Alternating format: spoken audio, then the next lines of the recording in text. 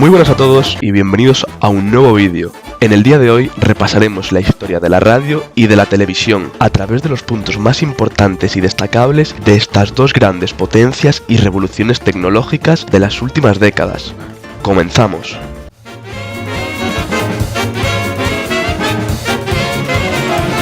Antes de nada, quería hacer una pequeña aclaración. La línea temporal irá apareciendo a lo largo de todo el vídeo, a medida que vaya nombrando fechas relevantes. Y también aparecerá una última vez a final del vídeo, a modo de resumen y para que se pueda apreciar en su totalidad.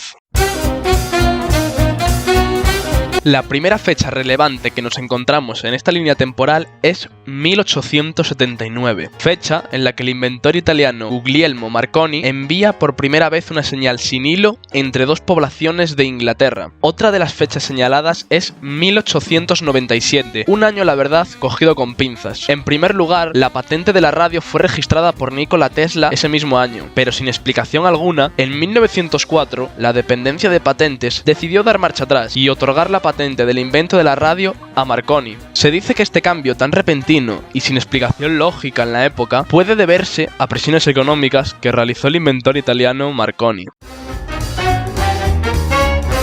Nos adentramos de lleno en las primeras décadas del siglo XX y con ello la primera fecha destacable, 1901. Fecha en la que nuestro querido amigo Marconi realiza la misma transmisión que efectuó en Inglaterra, pero esta vez a través del Océano Atlántico, naciendo así la telegrafía sin hilos o radiotelegrafía. Otra fecha es 1906, en la que se ejecuta por primera vez en el mundo una transmisión radiofónica.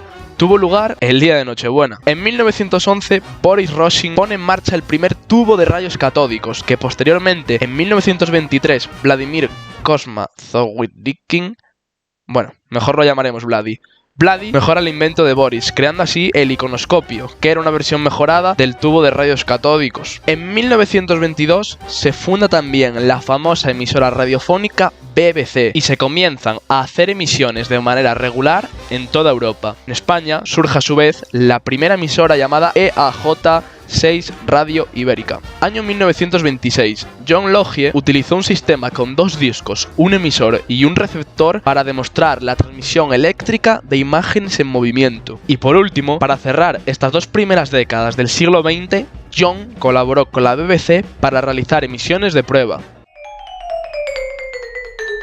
Años 30. La primera fecha que tenemos relevante dentro de esta década es 1936, en la que, dentro del ámbito de la televisión, se inaugura en Inglaterra el primer servicio público y con programación fija con la BBC. Un año más tarde, en 1937, comienza a emitir RNE, Radio Nacional Española, mientras el país estaba en plena guerra civil. Una anécdota que me ha resultado curiosa y graciosa de añadir es que en 1938 Orson Welles transmitió una adaptación de la novela La Guerra de los Mundos en la radio estadounidense. La transmisión causó pánico en algunas partes de Estados Unidos, ya que los oyentes pensaron que era una invasión alienígena real. Nos desplazamos al periodo de la Segunda Guerra Mundial. La televisión sufre un parón en su desarrollo y en sus avances tecnológicos, mientras que la radio comenzó a utilizarse de manera masiva para difundir noticias y propaganda. También fueron usadas radios de onda corta para comunicación militar.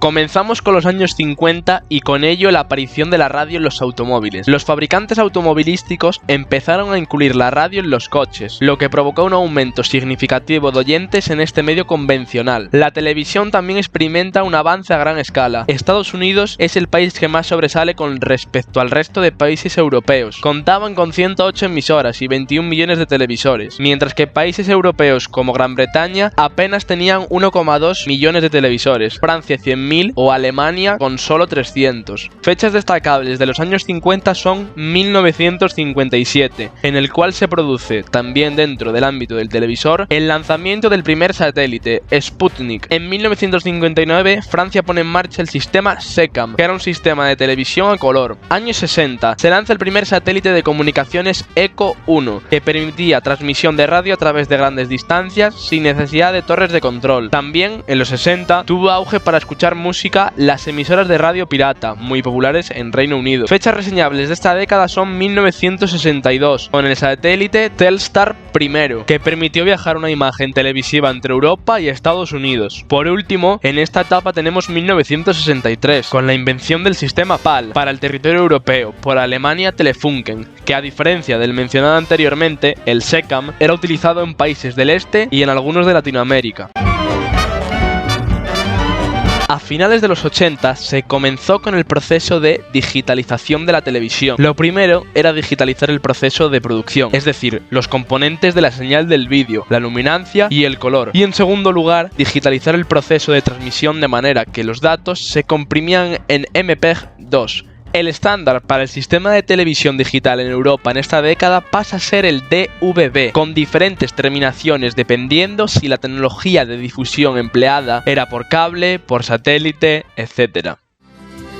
A Ponferrada me voy, a caballo en mi borrica. Como no podía ser de otra forma, tenía que dedicar una parte de este vídeo a mi pequeña tierra de origen, El Bierzo. Nos desplazamos hasta El Bierzo para hablar de una de las figuras más representativas de la historia de la radio y que primero se nos viene a la mente al pensar en este ámbito, Luis del Olmo, una persona que marcó un antes y un después en la radio, que además de numerosos años de emisión y locución, revolucionó la radio con el programa Protagonistas, utilizando el medio no como comunicador, sino como intercomunicación entre emisor y audiencia, para crear un fuerte vínculo con los oyentes. Se secan los pimientos, pide a la Virgen que llueva, que se está secando toda la ribera, que se está secando toda.